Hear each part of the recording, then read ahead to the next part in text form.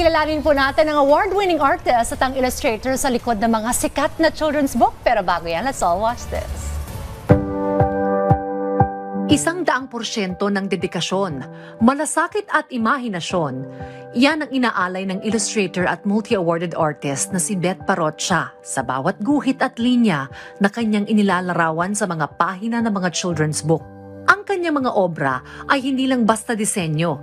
Ito'y isang sining na humuhugot ng emosyon, nagpapakita ng kwento at nagbibigay ng buhay sa mga salita para sa mga bata. At bilang illustrator, sa ngayon ay mahigit 50 children's book na ang mga pinasikat niyang libro na minahal ng bawat henerasyon ng batang Pilipino at nakatanggap na rin ng iba't ibang parangal. Ilan na dito ay ang Tiny Feet, Tiny Shoes, Bulol at Ako Ay May Kiki. Kaya naman kilalanin na natin ang multi-awarded artist na si Beth Parrocha dito sa She Shines. At kaugnay nga niyan, makakasama po natin dito live sa studio si Miss Beth Parrocha. Good morning po at welcome po sa Rise and Shine Pilipinas. Magandang umaga. Good morning. Wow. Ang gaganda ng mga children's book dito yung illustration. Totoo. In fact, parang mga around 50 books na more than. Actually, sinasabi ko lang usually na 50 kasi tinamad ako magbilang. Okay, pero recently may nagbilang for me. Okay. It's around 115. Wow! Alayo mo mga kapwa. Oo, ngayon lang na, kumbaga na-document lahat. Na-document. Alright, let's talk about your story and your journey. Paano po kayo nagsimula dito sa larangan ng illustration at bakit children's book ang napili niyo pong i-focus? Maliit pa ako, mahilig na ako mag-drawing. Nung grade 4 ako, gumagawa na ako ng maliliit na libro made from bond paper, tapos ini-staple ko. So, nung nag-college ako, magka-college na, tapos inisip ko kung ano ba yung course na para sa akin. Dun sa school namin, yung sa test, career test, ang lumabas is engineering. Oh, okay. Oo, okay. So, pero naisip ko, hindi naman ako magaling sa math. So, actually, hindi ako magaling sobra sa math. Na ang pinili kong course ay yung dapat math. Pero wala namang ganong course dun sa gusto kong eskwelahan, which is UP. So, ang meron lang doon is PT at saka Fine Arts na tig-isa yung math course. So, between PT and Fine Arts, nag-Fine Arts na. Hindi ko kaya ang physical therapy. Okay, sa UP. Oo, sa UP. Okay. Ayan naman talaga rin ang passion ni Miss Beth. Tingnan mo naman, ano? Almost 100 na ang nagkaroon ng illustration. Tsaka nostalgia siya. Alam niyo yung growing up, kasama to yung nagbabasa ka talaga ng mga libro. Tapos ako naaalala ko talaga yung gustong-gusto ko yung makita yung mga illustration, yung mga pictures, hindi ba? And also, Ma'am Beth, we heard na ikaw rin po ay founding member ng Ilustrador ng Kabataan. Paano niyo po nakikita yung organisasyon nito na bilang pagtulong din sa mga kabataan na gusto rin pong tahakin yung ganito pong path? So, nag-start kami kasi we're just a handful of illustrators.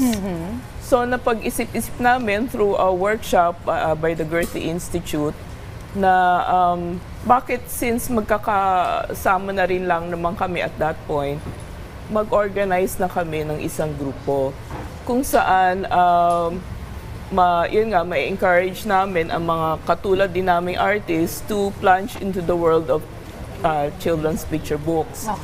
At yun nga, magkaroon ng tamang kontrata, magkaroon ng tamang talent fee na siyempre, kapag masaya yung mga bookmakers, book creators, mas magiging maganda yung mga trabaho, mas magandang trabaho, mas mabibigyan ng importansya yung picture books themselves na nagkikater naman to our stakeholders, which are the kids, the children, yes.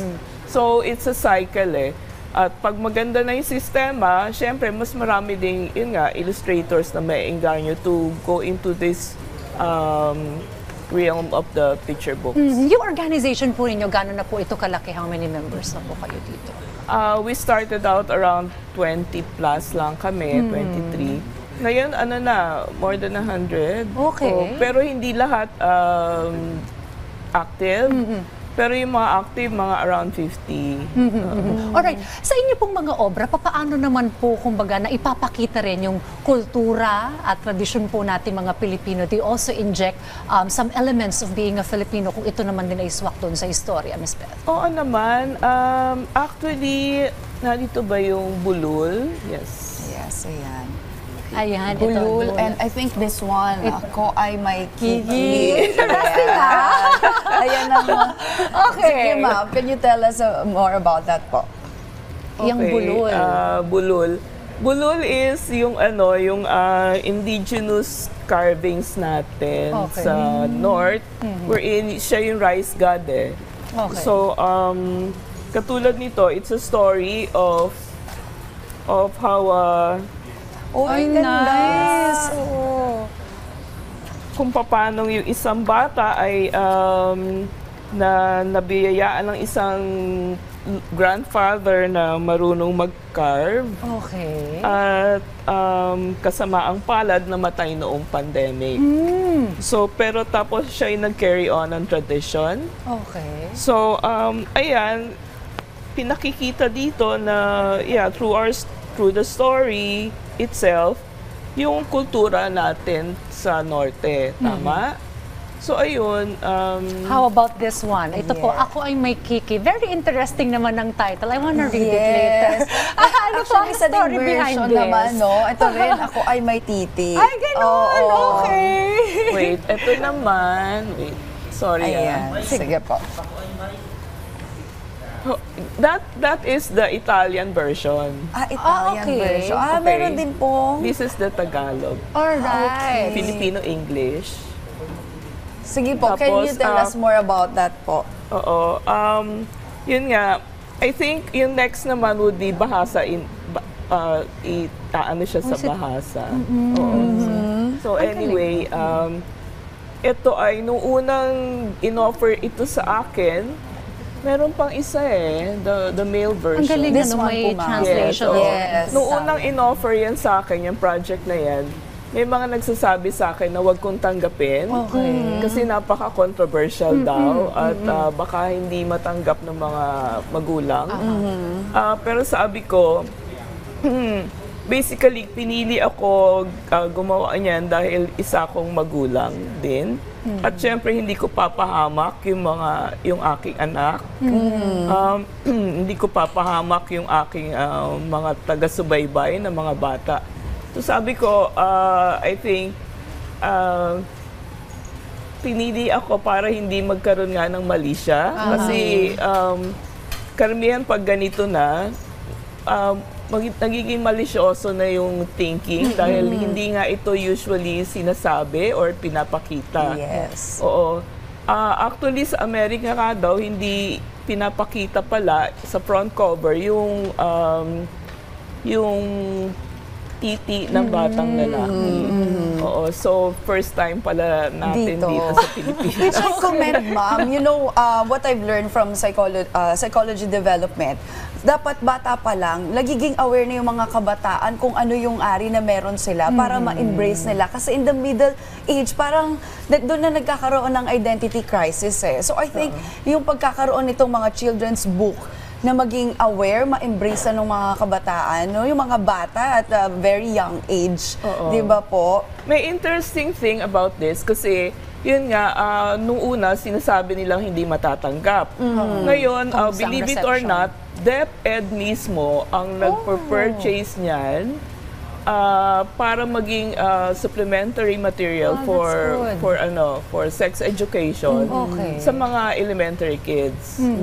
Okay? Kasi ito, katulad nito, tungkol ito sa kung paano alagaan ng batang babae ang kanyang ari para hindi makita na ang nanay lang niya ang maaari niyang pakitaan ito, pwedeng humawak. Okay. Okay? So maraming nanay ang sa akin ay nagsasabi na ever since they introduced this to their kids, to their especially the female ones, ay maayos nang umuupo ang mga bata. That's good. Okay. Oo, hindi katulad dati na bara-bara yung pag-upo nila.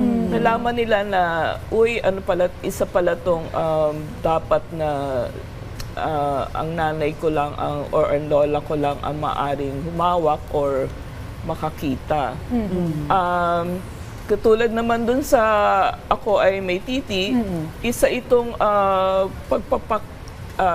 pagpapakilala na dapat ay linisin mabuti ng batang lalaki ang kanyang ari, ang kanyang titi, kasi pwedeng maging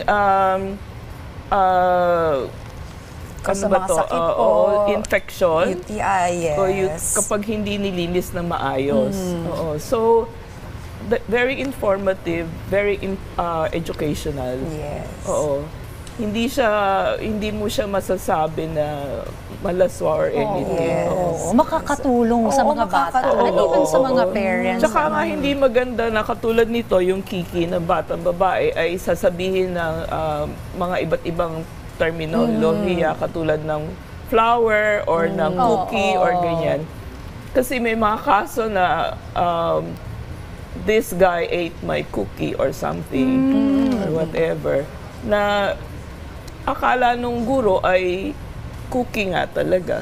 Not Okay. knowing Nagkaroon ng that- miscommunication Oo, tuloy. so dapat nga, Paggamit umpisa pa ng lang, right term tama also. na. Sa UP Dictionary, ang kiki at ang titi ay talagang nandoon. So it's really an accepted term. Alright. Doon naman po sa mga batang naghahangad na maging gusto rin po nga maging illustrator, kagaya po ninyo, ano po yung mga pieces of advice na gusto niyo pong ibanggitin sa kanila? Mabuti naman at magugustuhan yung, kung magustuhan nyo man, mabuti na pasukin nyo ang mundo ito. Kasi para sa akin, kahit ganito na ang aking edad, ay sobrang nakakaaliw maglaro sa mundo ng picture books. Kasi you're forever young eh. You're dealing with stories for the young. And so, ayun, yung utak, bata pa rin yung papasukin mo eh. At syempre, dahil doon sa ganong pangyayari, ay nagiging fresh lagi din yung iyong kaisipan at nagiging bata iyong pakiramdam. Alright, ma'am, last na lang po, saan po ba kayo pwedeng i-follow? Meron po ba kayong social media accounts? Or yung grupo po ninyo, website? saan Para po for kayo more pwedeng updates, contact? saan din makakuha ng mga books? Tsaka baka may mga writers na gusto makipag-collaborate sa inyo, no? Oo. Ang ilustrador ng kabataan ay may sariling website. They can always search for it online. At ako naman ay pwede nilang i-follow through Instagram. Just look for Beth Parocha. Thank you, Miss Thank you very Beth. much po, Miss Beth Parocha, Maraming once again, salamat. a multi-awarded illustrator. Thank you po for giving us your time this morning. Salamat Thank you. po.